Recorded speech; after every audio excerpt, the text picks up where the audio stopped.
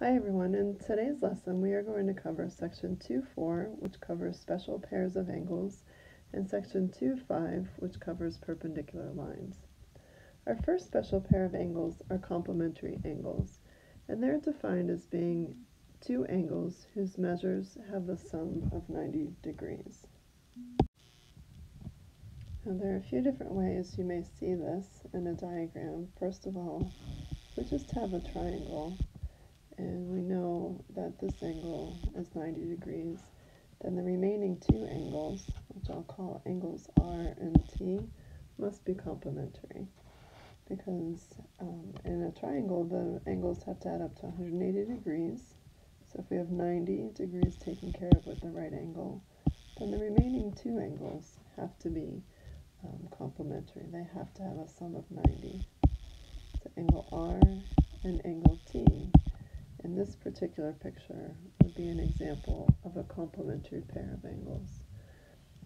You may also see two angles that are adjacent that form a right angle, and they would also be complementary. Let's say angle X, Y, Z. The big angle in this picture is a right angle, and we have ray YW cutting that angle into two angles. They're not congruent. Let's say this one is 50 and this one is 40. And that's another example of two angles that are complementary. The two angles that are complementary don't even have to be in the same picture. They just have to have measures that have a sum of 90 degrees. I know I'm using 50 and 40 again, but just to show you that they could be two completely separate angles, not sharing a side at all, not sharing a common vertex. So complementary, two angles that have a sum of 90. Supplementary angles are two angles whose measures add to 180. And much in the same way that we illustrated the last one, we can do that here. We'll do two separate drawings. In our first scenario, we'll have an obtuse angle. Let's just call it angle B, and say it has a measure of 120 degrees. Well, the supplement to that angle would have a measure of 60 degrees. So let's say it's angle A. So we can say that angle A and angle B are supplementary.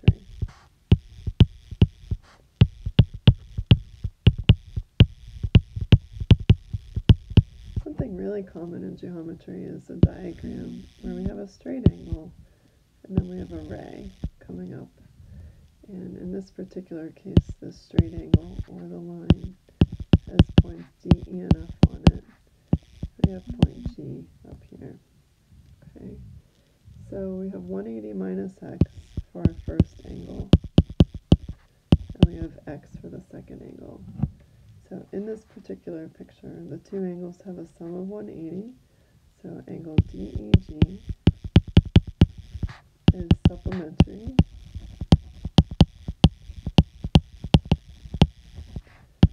to angle GEF.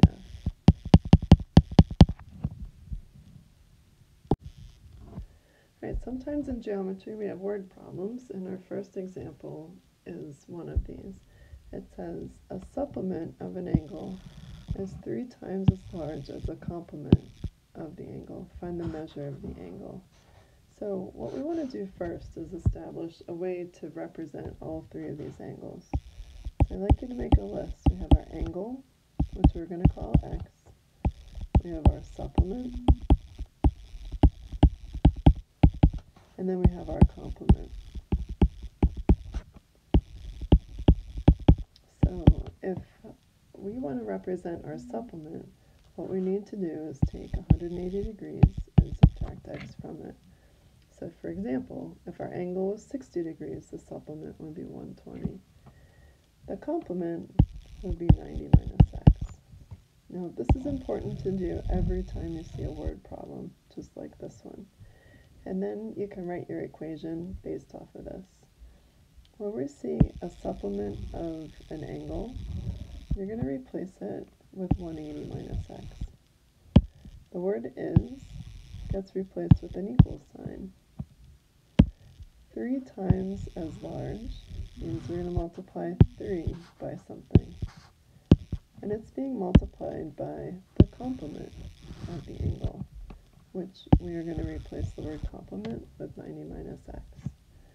So you can see our equation would look something like this. Our supplement, 180 minus x, equals 3 times the complement of the angle, 90 minus x. And so here's the equation written out. 180 minus x equals 3 times 90 minus x. Okay, so take and distribute on the right-hand side of the equation to get 270 minus 3x. Then we want to work to get all the x's together, so I could add 3x to both sides of my equal sign. Now I have 180 plus 2x, be careful, negative 1x plus 3x is 2x, and that's equal to 270. Subtract 180 from both sides, and we get 2x is equal to 90, or x is equal to 45. Okay, so go back and take a look at your original setup and see if this makes sense. Our angle has a measure of 45 degrees. The supplement would be 180 minus 45, or 135 degrees. And our complement would be 90 minus 45, or 45. And it all checks out. Okay, the definition of our next special angle pair, which is a vertical angle pair, is two non-adjacent angles with a common vertex formed by intersecting lines. So the definition is a description, basically, of how they're formed. Now, what we know about vertical angles from previous math classes, some of you have mentioned this already, is that vertical angles are congruent. Whenever you're making a statement like that, and I've drawn a couple of pairs of vertical angles off in the margin there, that's actually our vertical angle theorem. Okay, the vertical angle theorem states just simply vertical angles are congruent.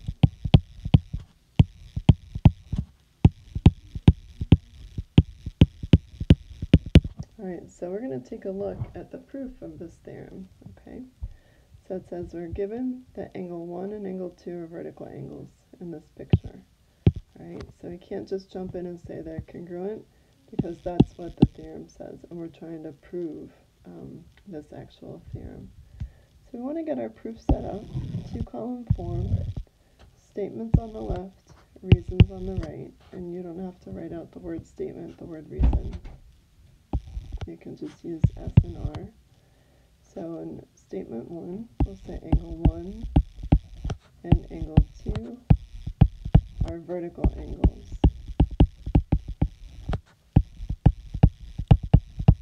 And that's given to us. Number 2, if you take a look in the diagram, you notice that it mentions angle 3 in here. And notice that angle 1 and angle 3 form a straight line. So the measure of angle 1 plus the measure of angle 3 has to be equal to 180. And then in that same line, we can do the same thing with the measure of angle 2 plus the measure of angle 3 and set it equal to 180. And that's making use of the angle addition postulate.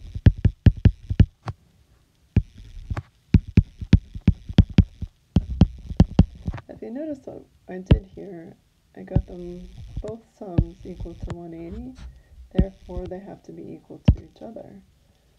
So in line 3, I'm going to take out this 180 and replace it with the measure of angle 2 plus the measure of angle 3. And that gives us the equation, the measure of angle 1 plus the measure of angle 3 equals the measure of angle 2 plus the measure of angle 3. And what we're using here is substitution. And again, we have substitution. We're allowed to use it because we have equal signs throughout.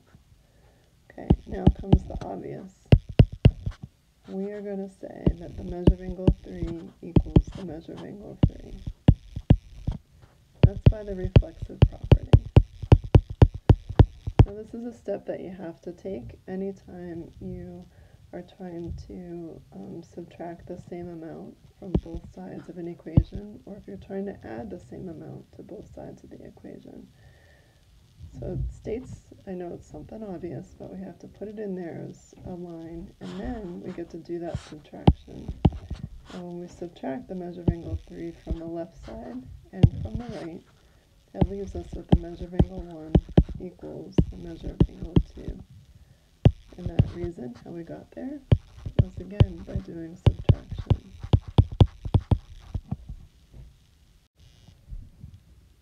So our next definition is the definition of perpendicular lines. Perpendicular lines are defined as being two lines that intersect to form right angles. So I'm going to draw two lines, and we're going to label them. In the first line, make it AB. Second line, make it CD. And we're going to number these angles, 1, 2, 3, and 4. So we can say for sure that line AB is perpendicular to line CD.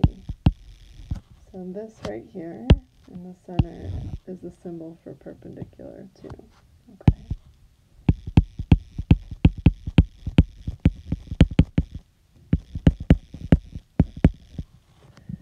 So if line AB is perpendicular to line CD, then we have a lot of information in here. Most notably, angle 1, angle 2, angle 3, and angle 4 are right angles.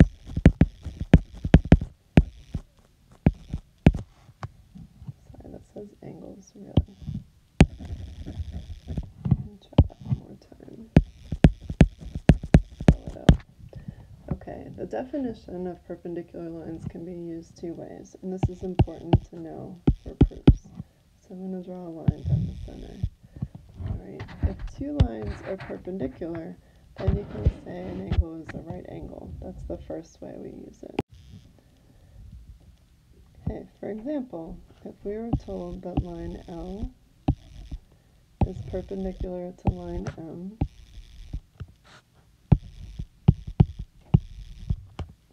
and we just have angle 1 in here.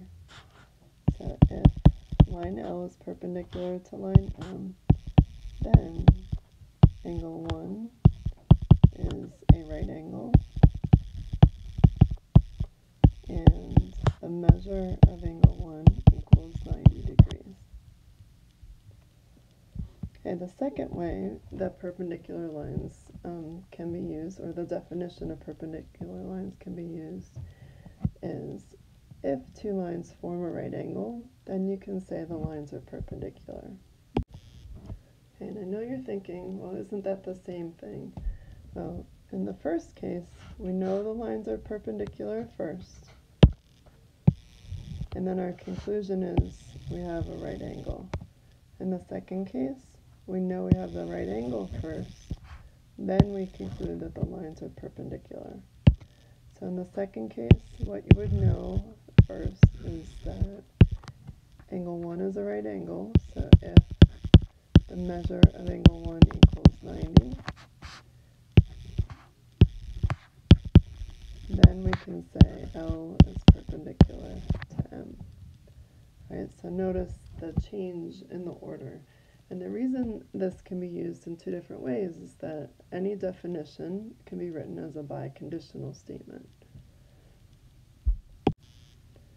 Okay, next we have three theorems that involve perpendicular lines, and I'm going to put the numbers off to the side. So remember, don't memorize these by the theorem number, but just in case you want a reference to look it up. So you have 2, 4, 2, 5, and 2, 6. In our first theorem, it says if two lines are perpendicular, then they form congruent adjacent angles.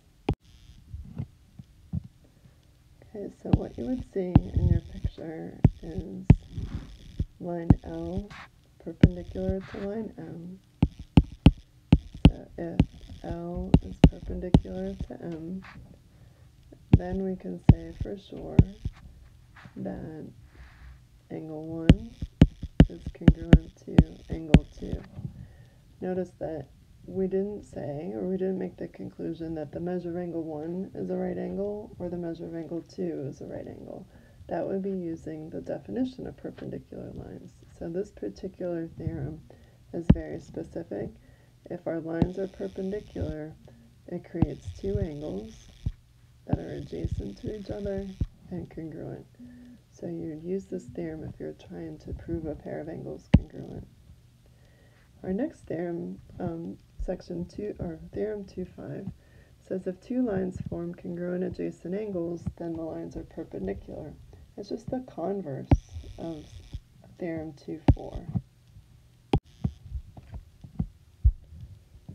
Okay, what this would look like in a diagram is, say we have these two lines, and let's call them L and M, again an angle 1 and angle 2. Let's say our given information says that we know angle 1 is congruent to angle 2. So if angle 1 is congruent to angle 2, and you look at your diagram and you see that they're adjacent angles and they're congruent, then we can say for sure that line L is perpendicular to line M. So this is a theorem that you would use in order to prove that lines are perpendicular. Our last theorem, theorem 2-6, is a little bit more difficult to kind of wrap your brain around. This theorem says if the exterior sides of two adjacent angles are perpendicular, then the angles are complementary. Okay, again, if we take a look at our diagram and notice we have line L and line M, if we know for sure that line L is perpendicular to line M, then we can say, and I'm going to mark it with a little box, if L is perpendicular to M, then we can say that angle 1 and angle 2 are complementary.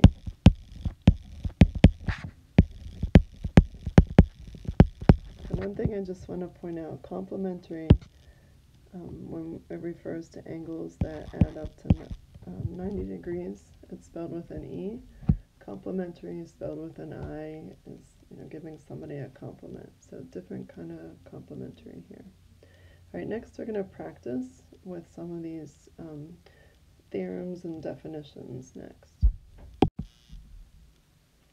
All right, it says name the definition or state the theorem that justifies the statement about the diagram below. So I'm going to keep those previous notes handy in order to do this, or have a book handy. It says if angle 6 is a right angle, then line RS is perpendicular to TV. So if you take a look, at this last statement, we are trying to prove lines perpendicular, and we're told that angle 6 is a right angle. So if angle 6 is a right angle, our conclusion is that the lines are perpendicular. That's the definition of perpendicular lines.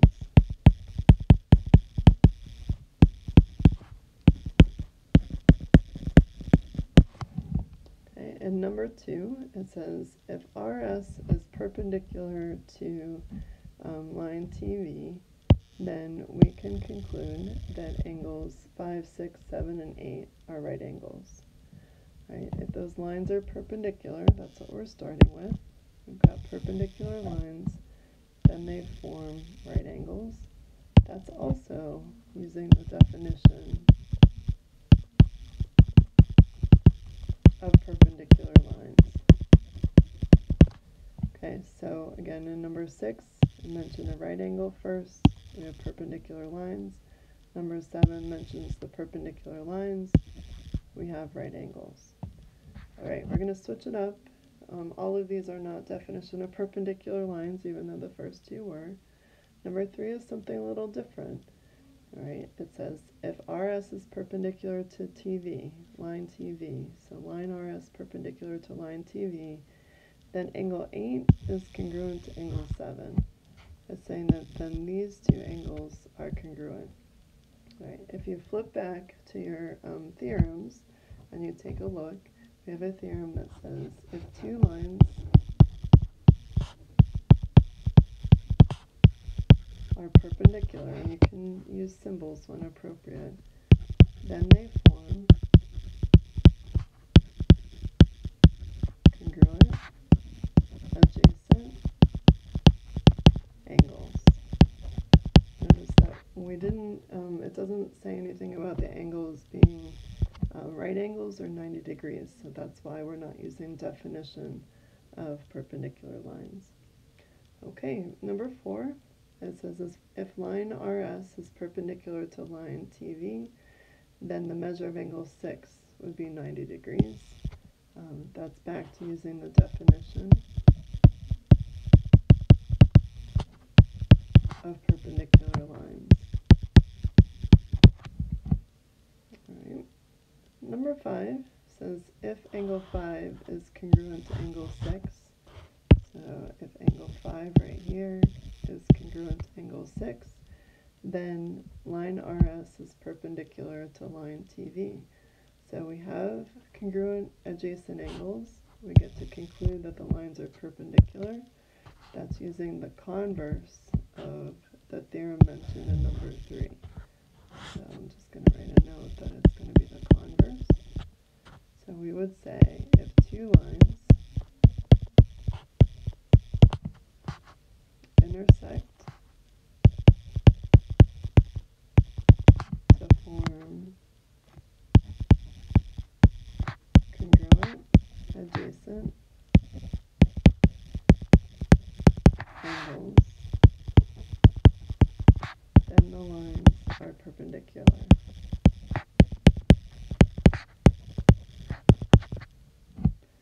Right, finally, one last one, number 6. If the measure of angle 5 equals 90, then our lines are perpendicular. So I mentioned specifically that it measures 90 degrees, right? Another way of saying it is it's a right angle. We're back to using the definition of perpendicular lines. By the way, one last note before you get started on the homework. We really never will use the definition of vertical angles in a proof. You're going to be using the vertical angle theorem all the time in proofs, however. So just keep in mind the vertical angle theorem simply states vertical angles are congruent. So make sure you say that rather than the definition of vertical angles. All right, good luck on the homework. As always, see me for extra help if you get stuck.